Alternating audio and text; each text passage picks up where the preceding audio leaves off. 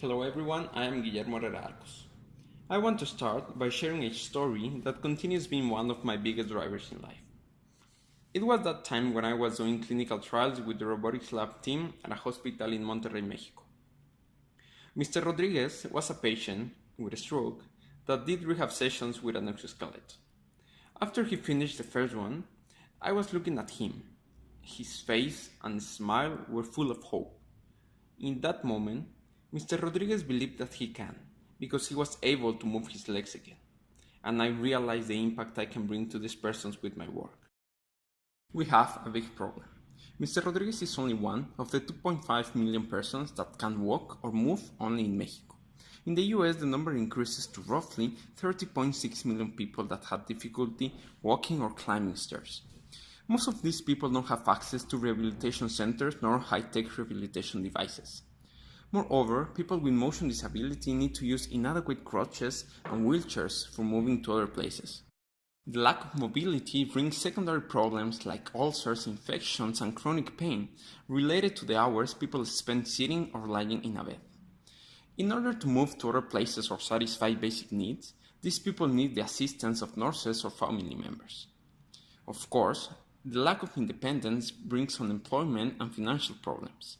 We believe that giving access to high-tech devices to the people in need of them is a human right. We aim to solve this problem with robots, robotic exoskeletons. These devices are electromechanical suits that people use over their legs and give them extra strength and balance while simulating actions like walking, sitting, standing, and climbing stairs. I have experience doing biomechatronics research, specifically in brain-computer interfaces, machine learning algorithms, sensors, and clinical trials with patients with spinal cord injury and stroke.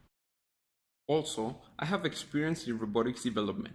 So far, along with a great team, we have developed 2 robotic exoskeletons, Chief, which was presented in Switzerland in the Cybathlon, and Alice, a pediatric exoskeleton. With my experience in research and working with exoskeletons, I realized these devices were complex and very expensive. Hence, they were out of reach for the people in need of them, even for some rehab centers or hospitals. So I asked myself how this technology could be accessible to everyone. And the answer is open source. This model let us build these devices in a fast, cheap, and collaborative way. Why open source? In the first place, we can crowdsource knowledge to advance the technology. Actually, we started doing that. We uploaded an exoskeleton design to Hackaday, a platform where hackers share and contribute to hardware projects, and we received a lot of messages of people willing to collaborate. Also, open source allows for replicability. All the files will be online, so literally every person in any place of the world can build their own exoskeleton. And my favorite, social impact. With the development of these devices, we are opening up opportunities for millions of people that were impossible in the past, to try an exoskeleton in a rehab center or have one at their house. We will do this in 2 directions, rehabilitation and motion assistance. Our main focus is to position exoskeletons first in rehab centers, because we will impact a lot of patients that are already taking rehabilitation in these places. Also, in research laboratories, to continue advancing the technology. Makers, this powerful community is capable of building the devices in maker spaces or in their own houses. And of course, partner with the government and companies to speed up the entrance of these devices in terms of regulations and funding. Our strategy is divided in 4 stages.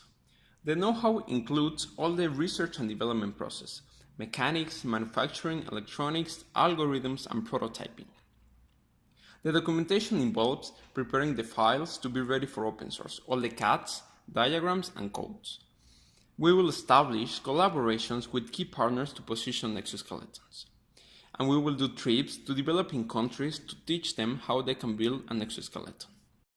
With possible future funding like the 1 million pesos prize, we seek to do 3 things. Number 1, build 20 exoskeletons and position them in rehab centers that are attending a lot of patients. Number 2, develop a sensor system for signal acquisition. Why? Because data is very powerful. Our intention is to collect large amounts of biomechanics, brain, muscular, and electrocardiography data. That's why we want to equip the exoskeleton with EEG, EMG, and ECG sensors. that along with machine learning and data mining techniques, we will be able to recognize patterns and detect potential diseases, as well as see if the patient is enhancing with the rehabilitation. And number 3, do one implementation trip to a developing country, carry materials and teach them how to build an exoskeleton. I believe that together we can put these devices in the legs of every person in need of them. Talking a little bit about me, I'm 21 years old. I'm the technical leader at INDI, a human-machine interface company. I'm also a researcher within the Biomechatronics group at Tecnológico de Monterrey, as well as a researcher at the University of Houston's Laboratory for Non-Invasive Brain-Machine Interface Systems. Thank you very much for watching this, and please feel free to contact me.